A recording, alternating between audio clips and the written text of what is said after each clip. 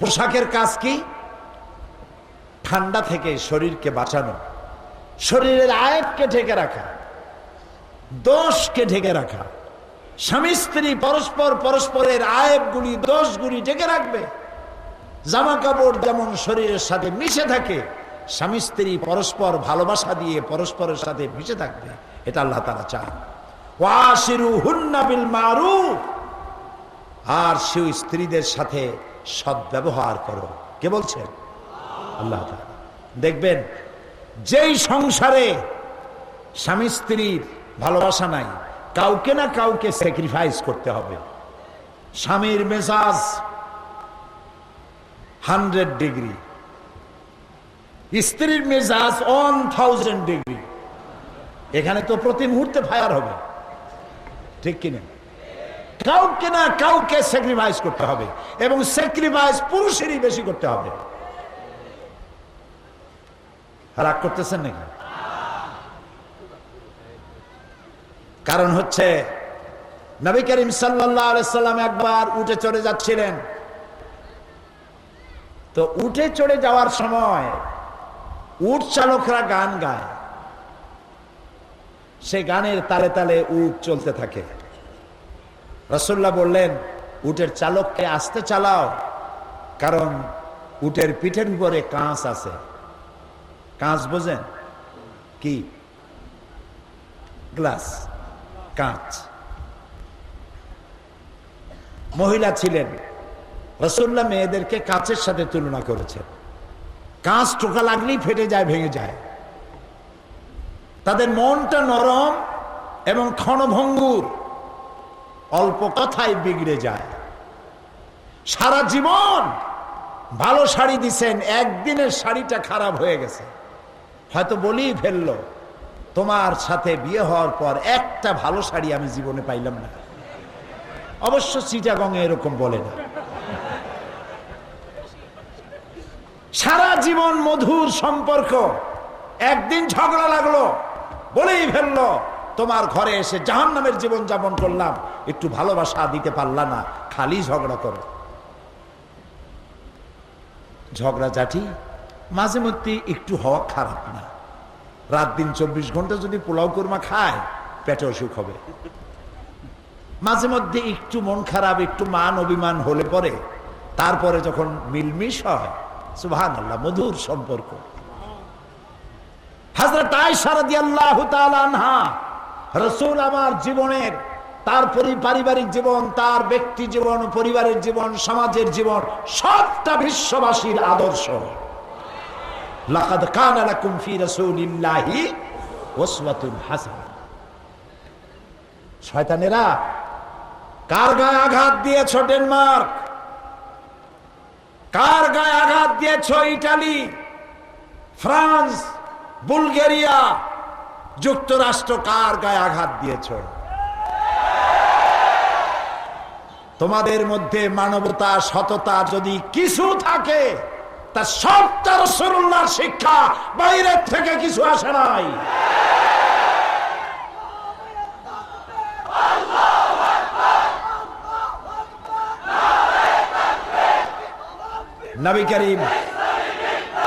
নবী করিম সাল্লাল্লাহু আলাইহি ওয়াসাল্লাম স্ত্রীদের সাথে মনোমালিন্য হয়েছে।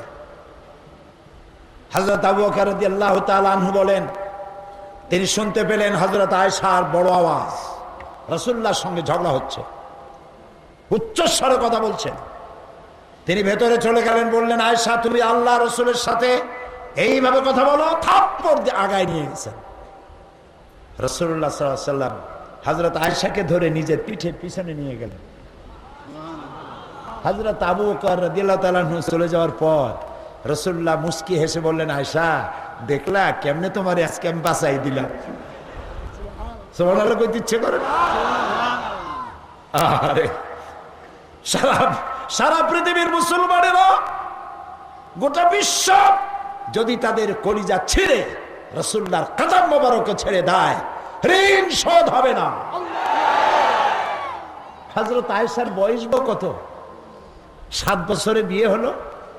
9 বছরের সময় রাসূলের ঘরে আসলেন, ছোট ছোট পুতুল নিয়ে আসছেন। পুতুল খেলাও তখন তার যায় নাই, পুতুল নিয়ে খেলা করেন।